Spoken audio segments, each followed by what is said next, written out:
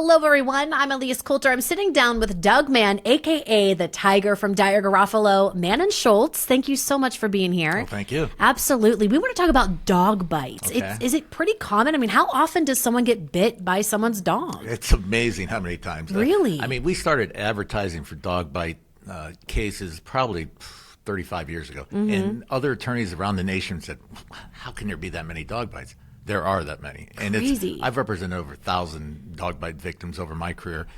And it happens to kids, it happens to postal workers, it happens to delivery people, it happens to neighbors, happens a lot. Now, I love dogs, so it's not like I'm anti-dog, let's sue dog owners. Right. But if you're a dog owner, you should be responsible. Yeah. And that's by having homeowners insurance, renter's insurance, training your dog, keeping your door closed, put them in the back fence so people can't get there. And I see the wrong things happen all the time. A lot of times a kid will accidentally let a dog out, runs Right. into the street. It could cause a car accident even, or knock somebody off a motorcycle. I've seen so many different types of dog bites, but a lot of them happen to kids. Mm-hmm. And because kids are down low, and it gets them in the face, and I've seen horrific injuries throughout my life. I mean, just life-changing injuries like nose and stuff I don't want to go too much into, but it's like it happens a lot, and we're there to help. And so what other questions you have, I'm happy to answer. Yeah. So what's the very first thing, if your child or you is bit by somebody else's dog, what's the first thing that you need to do? Well, obviously they would go to the hospital right away, and then they call us, and we would determine the dog owner, their status, their insurance.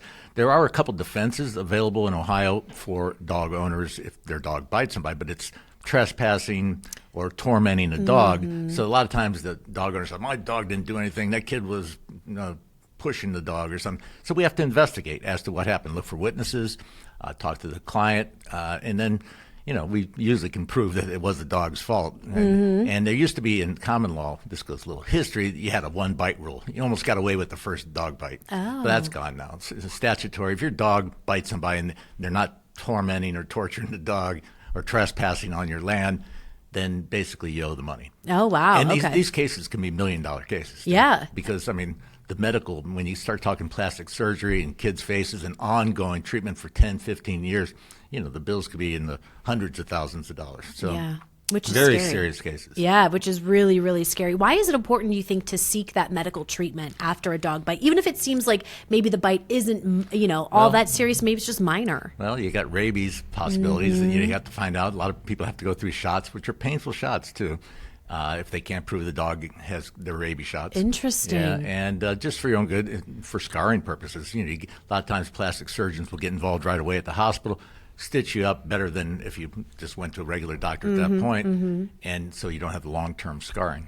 Interesting. So should you take any photos? And if so, yes. what photos? Photos from right away from the initial, when the dog bite happens, to along the way, a week into it, 2 weeks into it, 6 months into it, and then eventually gets to a point where the doctor says, this is how it's going to look. After we've got 10 more surgeries from the kid when he turns 5 to 18. So we have to document those surgeries, the cost of the surgeries, and when we present the case, we want to make sure every damage is covered. Yeah. Should they report the bite? Like, do you need to call police at that point? I would call the police. By all really? means. Humane Society gets involved. Really? Interesting. Yeah. Does that just strengthen the case, or does it just it just I think help? it's just the right thing to do. Just the right thing to do. And people, again, if you've got bad dog owners, a lot of times they take the dog away. Yeah. Because, it depends. Yeah. Again, I'm not anti-dog. It's just it's not the dog's fault. Right, Yeah. You know what I mean? I think it's a lot of time it's the owner's responsibility to be a responsible dog owner. And a lot of times they say, well, it's this type of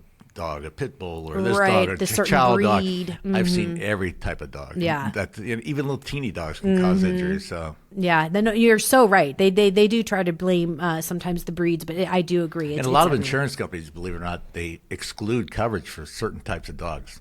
Oh, I've heard that. So you should call if you have a dog, a certain type of dog, call your homeowner's insurance or renter's insurance and say, is this dog covered? God forbid if something happens, it bites or causes an accident.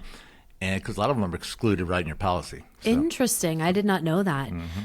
You kind of mentioned this before, where you said previously, if you had the one bite, you weren't whatever. But does someone have to prove that the dog has bitten before in order to win a case? No, not anymore. Okay, but that's kind of how it used to be. Okay, to show a vicious propensity of the dog, you have to show it bit before, and they could get punitive damages. But now it's in Ohio, it's statutory. And, again, if your dog causes the injury and you haven't tormented or trespassed, then that dog owner owes the damages. And the damages, like I said, are quite severe many, many times. What about, I think a lot of people are concerned they don't want to sue, quote unquote, their neighbor. I mean, what would you say to them? Well, I mean, that happens all the time, or a relative. Right, There's a lot of things. You could be at a Christmas party at your grandmother's house, and all of a sudden it bites your kid. And, I'm a dad and a grandfather, and all of a sudden the kid's got scars all over his face. I tell the people, look, we're just looking for insurance company coverage, and we don't want to sue your neighbor. Hopefully they'll cooperate, turn it over, and we can present the case and get paid for your damages within their coverage.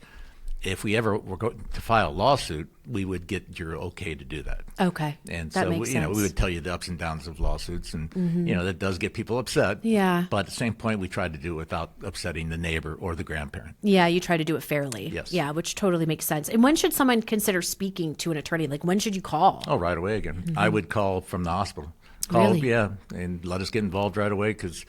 Again, insurance companies will try to get in there and tell you not to call an attorney and, look, I'll take care of you. And I know from personal experience, I used to work for an insurance company, that's not true. I mean, they're in it to save money, so the less they pay, the more the company makes. It's not like they're evil people. It's just their job. That's their job. So my job is to get you fully paid, and that's what call us right away. Yeah, fairly too. Oh, yeah, by all means. Absolutely. And what number should they call if they want to? That'd be 937-222-2222. Call. We've got a great staff. Our attorneys will take care of you. I'm in charge of the firm, so if there's ever a problem, you call me personally. That's and I'll call you back. Doug Mann the Tiger. Doug Mann He'll the call Tiger you personally. actually still works, still loves representing people, and I always will. Yeah.